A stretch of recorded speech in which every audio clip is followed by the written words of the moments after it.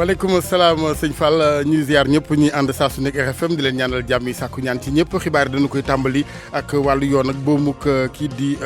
major Tamsir Sané commandant ba woon bu brigade gendarmerie Koumpentoum fukk ak ñett ñu ni ci toppee ay tuuma yóbbu lañ leen démb Tamba seen guddi gu njëkk foofe jaar gi ci kanamu procureur ñu ngi koy kon waajal di ak retour de parquet naatangoom moom procureur bi ne fii ci Ndakaaru Serigne Bassirou Gueye procureur de la République démb communiqué la génne doon ci di wax mbiri Guy Marius Sagna lanu ko toppee Adama Gueye na ko noonu waaye njuumte ci communiqué bi mu waral communiqué génn beneen njàngatu Haj Ndiogou Diène ci boobu doxalin ci fu ni kawe ci wàllu kilifteef ci Sénégal état Sénégal ak daara yi nga xamante ni ñooy école privée ci wàllu njàng mu kawe mi bor bi nga xamante ni dox na seen digg fukk ak ñaar ci milliards juróom-ñett ya ne ay milliards nguur gi fay na ko ministre enseignement supérieur Cheikh Oumar Anne ni waxee woon na ñëpp nag ñaari wàll yi ci waxtaan sport gi dinañ ci ànd ak Malal Junior Diagne wàllu culture Anna Rocha yéen kaay yeeg Mamadou Mohamed Ndiaye ci technique bi Abdoulaye Diop.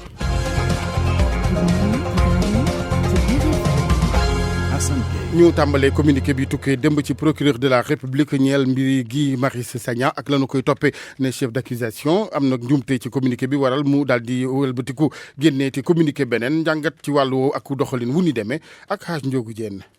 mu nekk mbir mu doy waar doxalinu procureur de la République Serigne Bassirou Gueye jum ci li ñuy toppee activiste bi di Guy Marius Sagna ci communiqué bi mu njëkk a génne mu wax ne li ñu koy toppee mooy diffusion de fausses nouvelles maanaam siwal xibaar yu dëgguwul laataa nag muy wax ci ñaareelu communiqué am di jubbanti ci li ñu koy toppee mooy joxe xibaar yu dëgguwul ci wàllum terrorisme laaj bi ne lii mooy lan naka la mën a sàggane ba njumte gu nu mel dal ko di maanaam siwal chef d'inculpation yu amul la rax si dool yi moom procureur de la République amul benn xibaar bu mu joxe ci communiqué yi mu def ndaxte di xibaar bu ñu amul woon wala élément bu ñu amul woon ci jàpp gi ñu jàpp activiste yi di Guy Marius Sagna ak Adama Gueye te moom sax Serigne Bassirou Gueye li ñuy gën a xaar ci moom jamono jii mooy mu wax fu dossier yu am solo yi tollul lu mel ni mbirum mboxum Guinée dafa am ci coowal Petro-Tim di mbir moo xamante ne ay nit ñu bëri déglu leen ci gannaaw bi nga xamante ne moom procureur moo sàkk woon képp koo xamante ne am na ci xibaar mu daal di ko koy baaxee booba léegi nag ñëpp a ngi toog di xaar mbir yi bougégul la lii yëpp nag liñ ci mën a jàngat moo di ne wax fa mu jotee ak fa mu waree. Alaaji Ndiogou Diène boomu commandant Tamsir Sané brigade gendarmerie Koumpentoum fukk ak ñett ci ñu nu njort def ñaawteef gi ci kanamu procureur bu Tambacounda talaata tey jii la ñuy xaar lu ni mel ginnaaw bi nga xamante ni am nañ démb retour de parquet leeral li Moussa Oumar Gueye ci Tamba. mën nañu jàpp ni ñi nu tuumaal ay defkatu njombe ñu faat commandant Tamsir Sané am nañu lu ñu naan retour de parquet ndaxte yegsi nañu ci tribunal grande instance ci altine bi ñeenti waxtu ci ngoon jotee ba toftalu fanweeri simili jot nañ fa toog lu ëpp waxtu waaye mujj ñu jàkkaarloo kii di Demba Traoré procureur de la République bi nekk ci Tambacounda. ñoom ñi nga xam ne ñoom ñëpp fukk ak ñetti defkatu njombe yi nag ci fàttali alxames benn fan ci weeru août ba nagi ni si ñi ngi nekkoon fi nga xam ni moom mooy ci brigade gendarmerie bi nekk ci Koumpentoum ci altine bi ay booru ñaari waxtu ñu indi leen ci commandement légion gendarmerie bu Tambacounda fekk nag am na ay daamar ak ay jumtukaay yu mat sëkk ci wàllub kaaraange yoo xam ni topp na leen ci fàttali njombe soosu nga xam ni moom lañ leen di tuumal ñoo ko def ci poste finance bi nekk ci Koumpentoum mi ngi amoon alxames ñaar fukki fan ak juróom jàpp aljuma ñaar fukki fan ak juróom benn ci weeru sulet bi ñu génn ñu daal di nag tuumal leen ñoo faatale bakkanu commandant Tamsir Sané fi mu ne nii nag gis nañ ni yegg si nañ ci Tambacounda ci altine bi yemook juróomi fan ci weeru août ñuy xaar nag ana kañ la ñuy jàkkaarloo ki nga xam ne moom mooy procureur de la République bi nekk fii ci Tambacounda bu ñu paree ci loolu ñu xool ndax dañ leen di jàlle fa li nga xam ne moom mooy ca Ndungu Sine maison d'arrêt correction wala dañuy amaat beneen retour de parquet li ci kanam rawu li gët. Moussa Oumar Gueye Tambacounda rajo Futur Média. jërëjëf Moussa lu jëm ci wàllu xibaar bokk na ci bor bi nga xamante ni nguur gu Sénégal état bi waraloon na ko ak école privée yi yëngu ci wàllu njàng mu kawe mi fukk ak ñaar ci milliards ne ab bor juróom-ñetti milliards yi nag fay nañu ko yooyu école leeral li Cheikh Oumar Anne mi ñu dénk njàng mu kawe mi mu ngi woo ñaari wàll yëpp état beeg école privée enseignement supérieur ci waxtaan ngir ëllëgu étudiants yi Cheikh Oumar Anne ñu déglu ko Mouhamed Nabi Silla. discussion yi ak situation bi dara justifié wul ñu arrêté cours yi ñeent fukki milliards ak benn 2013 ak léegi ren ñu fay leen ci ñeent fukki milliards yooyu buñ ci génneem 8 milliards premier semestre bi quand même fay nañ leen ko ba pare dañoo mën a am problème mu fonctionnement loolu mënu ma ko jàpp xel mënu ko nangu te am na ci lu bëri li nga xam ne tamit ñun xam nañ ko ci système bi te loolu tamit dama koy wax am nañ ko yu nga xam ne dañ ko war a rectifier ci waxtaan mais def nañ li ñuy def ñun dinañu assumer pleinement sunu responsabilité. benn bi en tant que client parce que ku lay fay 41 milliards ci juróom-benn weer juróom-benn at quand même kooku am na noo war a taxawee client lañu dinañ dugg si beneen bi ñun ñoo yore responsabilité ñun am nañuy mesure de rétorsion yu nga xam ne mën nañ leen ko defal mais étudiants yi tamit nee nañu kontaanuñu mais dañuy négocier rencontré naa étudiants yi kontaanuñu ñun gouvernement bi tamit kontaanuñu population sénégalaise yi kontaanuñu pourquoi ci benn système ñi nga xam ne ñëpp kontaanuñu surtout ñuy génne di xaalis di fay ba léegi ñeneen ñi ne kontaanuñu dañuy def lu leen neex mettre la pression non loolu mënul ànd. ministre bi ñu dénk njàng mu kawe mi nekkoon ci ngan bu njëkk ci moom ne ministre enseignement supérieur ci université Gaston Berger ba ca Ndar foofee ay chantier nga fa yu yeggagul mu ko doon visité yooyu chantier moom ministre bi naka noonu château d'eau bu nu fay tabax bu yeggee dina doon li nga xamante ni mooy ak ngëneel ak saafara ci wàllum jotinam ndox mu sell ci campus ba di dëkkuwaayu étudiants yi.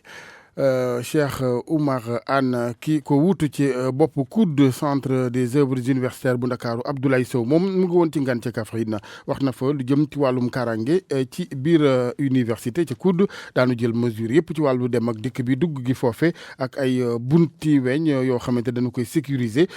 mbiram ràññee gi ñeel ña fay fréquenté ci campus bu naka noonu ak yeneen mesure ñeel foofe ñu déglu ko moom jiital COUD Abdoulaye Sow ca Kaffrine ak Ibrahima Diamé. ginnaaw bi mu càmbaree li nga xamante ni moom la kim fa wutu bàyyil kii di directeur bu bees bu centre des œuvres universitaires de Dakar di xàlli yoonam Abdoulaye Seydou Sow ne bokk na li ko gën a soxal moo di wàññi désordre bi nga xam ni moom la ñuy nemmeeku ci biir campus social bi mu nar ko jaarale nag ci renforcement contrôle bi andi ay buntu di tëj campus bi de. Toutes les issues auront des portes sécurisées et électriques ça nous permet de. yoon yëpp danañ leen wutal ay buntu électrique ndax ñu mën a xam kan mooy génn ak kan mooy dugg ci biir campus bi xam ngeen ne jaaykatu drogue yi sax dañ doon laqatu ci biir campus social bi donc loolu il faut ñu dàkkal li ni mel naka noonu étudiants yi nga xamante ne dañuy yore ay ngànnaay te xam ngeen ne étudiant wax dëgg bic wala carnet moom moo war a doon ngànnaayam. Tous les étudiants soient désormais la seule arme d'un étudiant soit doit être son stylo et son carnet et son livre. bu ñu sukkandikoo ci moom nag loolu le waxtaanee nañ ko seen biir ak étudiants yi ba noppi. En tout cas seen responsable amical yi d'accord nañ ci te ñoom sax nee nañ ma bu ma deltu gannaaw. wàllu cet gi ci biir université bi ba ci biir néegu étudiants yi doon itam lu ko soxal lool. veiller à ce que les punaises. bëgg nañ def daal ba li nga xamante ne moom mooy matt yi ak yooyu nga xamante ne ñoo ngi lëmbee université génn foofule ñu ko def si ay matelas orthopédique génneel tamit matelas pël yi nga xamante ne fekk nañ leen foofu. directeur bu COUD doon tam responsable APR ci diwaanu Kaffrine ñoo ko doon laaj bi muy génn ci benn émission ci rajo Thiénal FM bu Kaffrine Ibrahima Diamé Kaffrine rajo Futurs Médias. mu nekkoon kon Ibrahima Diamé doon nu nit li nga xamante ni mooy taxawaay gu njiital COUD Abdoulaye Sow amoon ca Kaffrine ak lam fa wax ne ay mesures di dogal jëm ci yokk kaaraange gi ci fi nga xamante ni mooy campus di dëkkuwaayu université Cheikh Anta Diop boobu Ndakaaru 2012 ak léegi état Sénégal dépensé na ñetti téeméer ak juróom-ñaar ci ay milliards ci njënd mi wota yu administration bi fukk ak juróom-ñaari milliards ci wàllu facture téléphone at mu ca ne moo waral président de la république président Sall jël ay mesures ngir ak yaxanal ñeel wàllu woowee ñu déglu ko moom président Macky Sall ak Abdou Diouf Diagne. Je viens de décider d'ailleurs de quelques mesures qui vont changer. maa ngi leen di xamal ne dinaa jël ay dogal ñaari at ci ginnaaw jëloon naa fi ak dogal soxal li ñu dubbee ay maison conventionnelle mu indiwoon fi sax coow lu bëri tey ji nag dinaa jëlaat beneen dogal si lu soxal oto yi nga xam ne administration bi moom moo ko moom ak facture téléphone bi ni ñu koy utiliser si administration bi même bu fekkee def nañ ay jéego yu bëri ngir xeex lu ni mel teewut facture téléphone bu administration bi at mu yàlla sàkk danañ si ñàkk lu mat fukk ak juróom benn mbaa fukk ak juróom ñaar ci ay milliards te xam ngeen ne koppar jooju am na faneen fu mu xaj def nañ tamit ab gëstu jëm ci li nga xam ne mooy dépense yi ñeel oto yi administration bi waxuma sax gouvernement yi weesu wante man sama gouvernement rek depuis atum 2012 état bu Sénégal day dépensé lu mat ñetti téeméer ak juróom-ñaari milliards ngir rek jënd ay oto waxuma la nag di koy toppatoo ak consommation bi nga xam ne oto yi dinañ ko jël loolu lépp tax na nag ñu war a xoolaat suñu doxalin xool alal ji fi ñu koy dugal.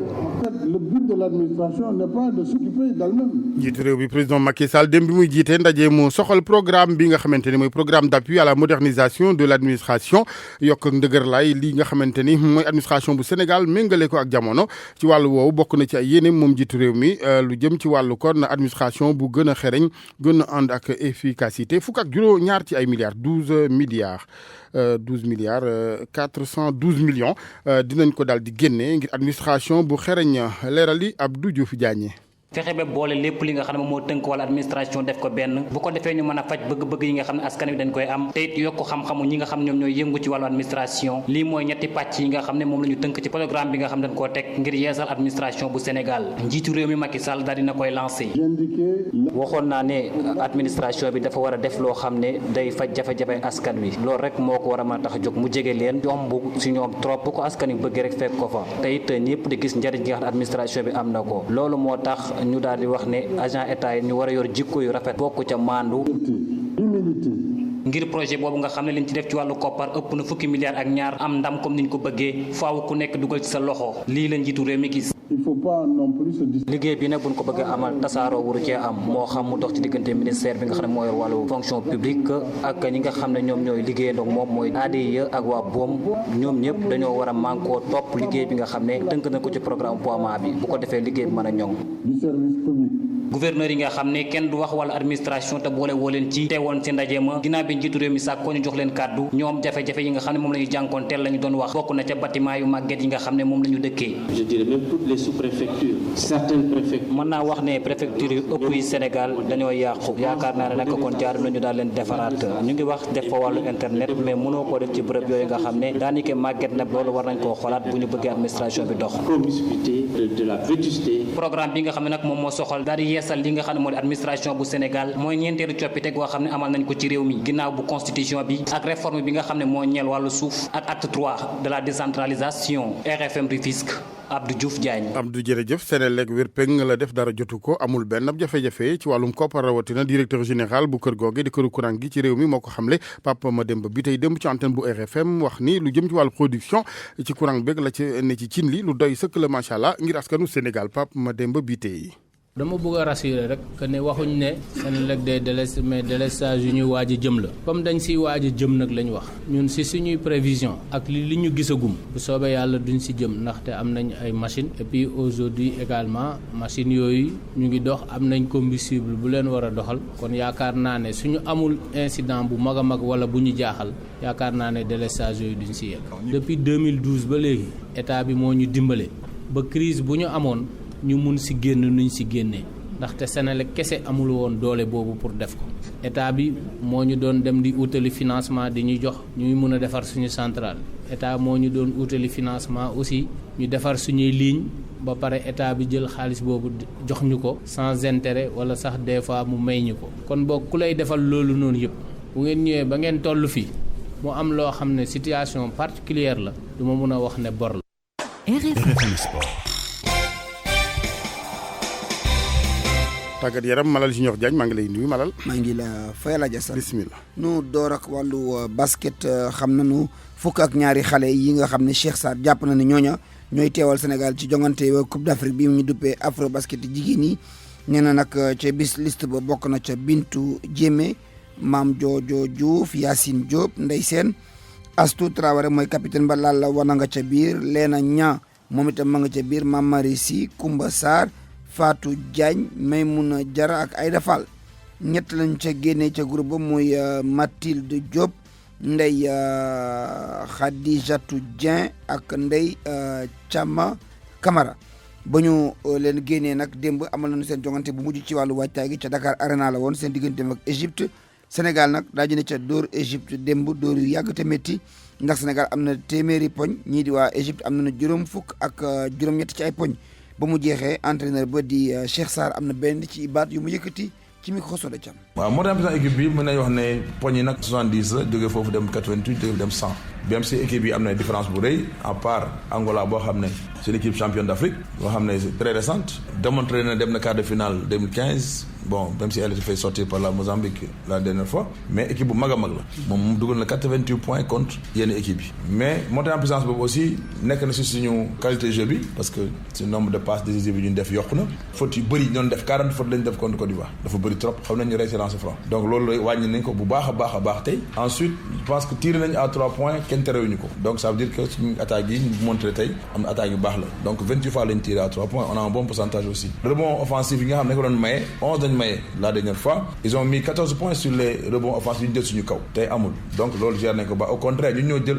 ay rebonds offensifs si seen kaw on a pris 22 rebonds offensifs si seen kaw baax na quoi daf ñuy 22 possessions de plus mën naa wax ne daal tey liggéey bi rafetlu nañ ko mais test la ko dafa bi ñëwagul bu ñëwee beneen visage mooy am mais baax na si mental xale yi ñu xam ne on peut s'imposer avec n'importe quelle équipe quoi.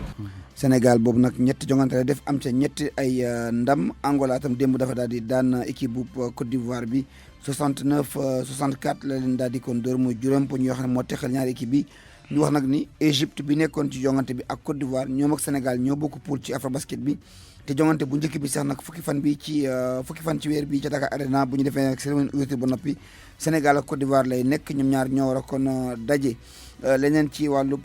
jongante dinañu ko waxtaanee mu jëm ci li nga xam ni rek moom moo di njaay mi ak njëndum joueurs yi ñu jàpp nag ni sénégalais yi ña nga ca di soppi ay équipe xale bi di Sidi Sarr léegi jóge na fa mu nekkoon nag sa turu daal dina dem ca Nîmes xaatim fa ab kayit ngir dafa mën a amal ay jongante ci at yi di ñëw Papa Ndiaye Souaré doomu Sénégal la moom nag nekkoon na Angleterre di fa football ba amoon sax l'accident ñibbisi na France ba signé na kayit ci équipe bu tudd 3 daal di fay football Paris Saint-Germain itam ñoom itam bëgg nañu jënd xale bi di Paulo Dybala moom Paulo Dybala nag ma nga fële di football ca équipe bu Juventus bu Turin bu ñu sukkandiku ci waa Infosport Paris Saint-Germain def nañu daal dog nañu njëg li ndax ne nañu génne nañu ci seen jibu lu toll ci fanweer ak juróom-ñeenti milliards xaalis CFA ngir jox waa Juventus ngir ñooñu jox leen xale argentin bi ngir mu ñëw seen équipe ñoom nag ñu wax ni ren jëndagum nañu juróom benn joueur bokk na ci joueur yi ñu jëndee Idrissa Gana Gueye bu ñu jëndee kii mu nekk seen juróom-ñaareel bi joueur bu waa Paris Saint-Germain di kon jënd itam danañ ko waxtaanee mu jëm ci wàllub njur gi Alaaji Asan ndax tey la talaata. génn nga ci njëndum joueur yi. jeex na yaa ngi ci njëndum jur gi. joueur yi moom problème yi gars yi am fi ñoom am na problème yooyu. Malal ji ñoo jaaj. problème joueur yi ak problème Abdoulaye Diop bokkul. am nga fitu ab rajo jox la avance nga jël ba tabaski gi passé del si RFM. pour man RFM mooy rajo bi gën a jege askan wi. RFM rajo bi jaamu seen soxla. wàllu culture suba su ne ci kàttanu borom bi ñu ànd ak Anna Rocha. maa ngi leen di nuyu mbokk yi Joal mu ngi ci waxtaayu ñaareeli édition wu festival am ci weeru décembre gi ñu dëgmal la fas yéene am bokk na ci mbébétu organisateur u festival googule gën a fësalaat lii di aada séeréer gi Abdourahmane Diallo ngir yeneen i leeral ca Mbour. ñu koy waajal ci weeru décembre ñi war a amal festival Joal Fadiouth commencé nañu yenn ci xew-xew yi Sophie Gladima Sibi jawriñ bi yor wàllu mine nekk ki nga xam ni moom moo fa indi festival bi mu ñuy wax nu ñu war a tëralee mbir yi. festival bi mooy dañu ne Joal ville verte ville créative ville sportive et ville numérique mooy di tey créative xam nañ ne fii bari nañ fi ay artistes bari nañ fii ñu xarañ ci peinture ak yooyu naka la ñu mën a def ba defal leen ni artistes yi def ba ñëpp xam leen à travers le monde ñu xam leen mais tamit muy fecc bi ndaxte cosaanu séeréer événement bu am na feccam te ñun xale yi ñun xamatuñ ko suñu doom yi nag moom suñu moytuwulee ñoom tamit duñ ko gis jël ko boole ko ak sport bi parce que sport yi tamit dafay tax nit ki am wér-gu-yaram donc sport bi nga xam ne tey mooy lamb bi parce que lamb bi mooy cosaanu séeréer. Sophie Gladima Sibi di yokk di xamle ni këru way juru Senghor war nañ ko taxawu bu baax. dinaa ko àggale sama naataango ministre de la culture Abdoulaye Diop pour mu ñëw seet naka la gën mën a jàppale Mbine Diogé ndaxte ku dégg Mbine Diogé sa xel si lan lay dem président Léopold Sédar Senghor ki nga xam ne mooy premier njiitu Sénégal. yenn ci ay xew-xew nag fas yéene nañ ko def ci biir commune Joal Fadiouth laata festival bi di tàmbale. artiste bi di Alioune Mbaye Nder moom mu ngi jamono yi ci tournée fële ca Montréal ca Canada mu diggi ne nag mu ngi waajal benn album international ànd ci ak artiste yu Afrique waaye itam yu Amérique. Alioune Mbaye Nder sekk waxtaan ak Mamadou Aïcha Ndiaye gannaaw concert bi nga xamante ne mu ngi ko doon amal ca Timis Club bu Montréal ñu déglu ko. jaar nañu Bruxelles bi nii ñëw am na lu ñu fa jot a liggéey et fii aussi am nañu projet boo xamante ne bi ci biir diggante tournée bi nañ def album booloo ko dem Amérique Las Vegas continuer fa def tournée bi ci benn festival bu mag bu ñuy wax festival d'Afrique Awards liggéey foofu aussi ak ay nit pour inviter pas mal de grandes stars pour ñu participer ak international bi may def incha allah. combien de temps encore que mélomane yi mën a am lu ñu déglu si ci loolu. je pense que xam nga liggéey bu baax moom soo koy def doo ko yàkkamti surtout que am na ñoo xamante ne bii nekkuñu Canada di war a jógee ba mel lu mel ne Nigéria pour ñëw am na ñoo xam dañu war a jógee États-Unis pour ñëw am na ñoo xam dama leen war a fekki ñoo xam dama war a delluwaat encore Bruxelles pour liggéey ak ñoom donc il faut ñu jël le temps nécessaire pour vraiment regrouper ce qu'il faut pour l'album ñu mën ko génne. jaajëfal Mamadou Aïcha Ndiaye di leen jaajëfal yéen it naka noonu dig daje ëllëg incha allah ci beneen chronique culture ci RFM.